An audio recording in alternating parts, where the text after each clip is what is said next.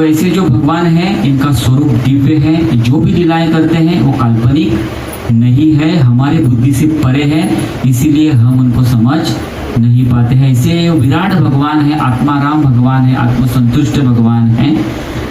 तो ऐसे भगवान है, खाली हम ये लीला से हम क्या सीख सकते हैं कि हम उनको प्रेम से ही बांध सकते हैं, अन्य कोई परिश्रम से हम भगवान को नहीं बांध सकते हैं। तो प्रेम से ही हम भगवान बंधे रहेंगे, हमारे सामर्थ्य से, हमारी शक्ति से, हमारे वैभव से हम भगवान को नहीं बांध सकते। इस बंधन की लीला पे सत्यव्रत मुनि है, उन्होंने बहुत अच्छा सुंदर अष्टकम लिखा है, जिसको हम दामोदर अष्टकम लिखते हैं। भगवान जैसे जैसी लीला करते हैं वैसे वैसे भगवान का लीला से एक एक नाम जुड़ जाता है। तो इस लीला के माध्यम से भगवान का एक और नाम ज्यादा हो गया, उसका नाम है दामोदर। क्या है?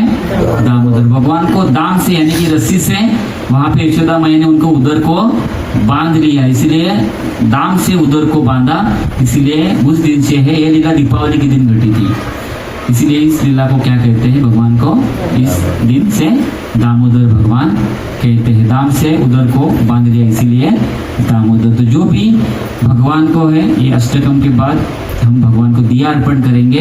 तो दिया अर्पण करने के लिए पहला हम हाथ में पानी लेंगे, क्योंकि हम यहाँ पे सिर पे बाल पे हाथ लगता है हमारा। ये हमारा लेड बोन है, बाल और ये हमारा नक आगे वाला, इसको हम स्पर्श करते हैं ना घर में भी, तो तुरंत भी हमें हाथ धोना चाहिए। क्योंकि भगवान को अगर भोग लगाना है, कुछ भी भगवान का कार्य करना है, तो कभी कभी बहुत सी लेडीज का ऐसा रहता है, कभी भी देखो ऐसा ऐसा थोड़ा सा उनका मतलब क्या बोलते हैं उनको, उनसे आदत है उनका ऐसा। तो तुरंत जो है ना, अपना हाथ जो है ना, तुरंत जब उनके बाल को स्पर्श होता है तो हाथ हमें धोना है। तो कभी भी भगवान का भी हम लोग जब कोई भी कार्य करते हैं तो हम आचमन क्यों करते हैं?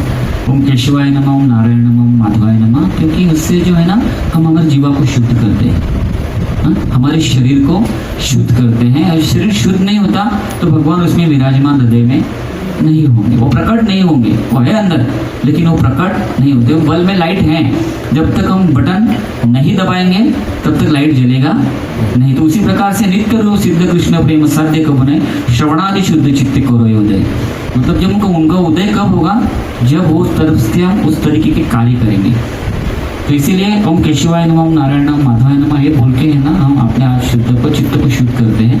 तो जब भी हम भगवान के बारे में जो भी बोलेंगे तो भगवान को सुन सकेंगे, तो उसको प्रतिसाद देंगे। तो इसीलिए हमें क्या पहले हाथ धोने, अभी आचमन की व्यवस्था है, खाली हाथ धो और भगवान के चरण को 4 बार दिया दिखाने का, कभी भी घर में भी कितना 4 बार।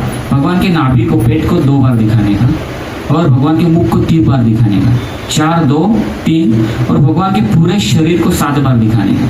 ये परिपूर्ण हो गया कितना? ये भगवान संतुष्ट होंगे उसमें। ये क्या हो गए? खाली दिखा के हो गया, चलो क्यों रख के हो गया तो नहीं चलेगा। ठीक है, वो ठीक है, बच्चे को घर पे पढ़ाना ठीक है, स्कूल में डालेंगे तो और अच्छी तरह से आगे जाएगा। घर में सर्टिफिकेट नहीं मिलेगा, स्कूल में क्या मिलेगा? उसको आगे चलने के लिए सर्टिफिकेट, जो कि आगे काम आने वाला है।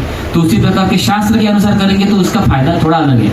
घर पे पढ़ेंगे तो भी फायदा है, वो अनपढ़ नहीं रहेगा, पढ़ेगा लेकिन वो क्वालिफाई नहीं होगा आगे के लिए जाने के लिए। तो उसी प्रकार से ऐसा भी रखेंगे तो भी उसका लाभ है, लेकिन शास्त्र के अनुसार करेंगे तो उसका और लाभ है। तो भगवान को 4 बार, नाभि को 2 बार, चेहरे को उनके 3 बार, पूरे शरीर को 7 बार दिखाएंगे, थोड़ा घर में भी घुमाएंगे उसको।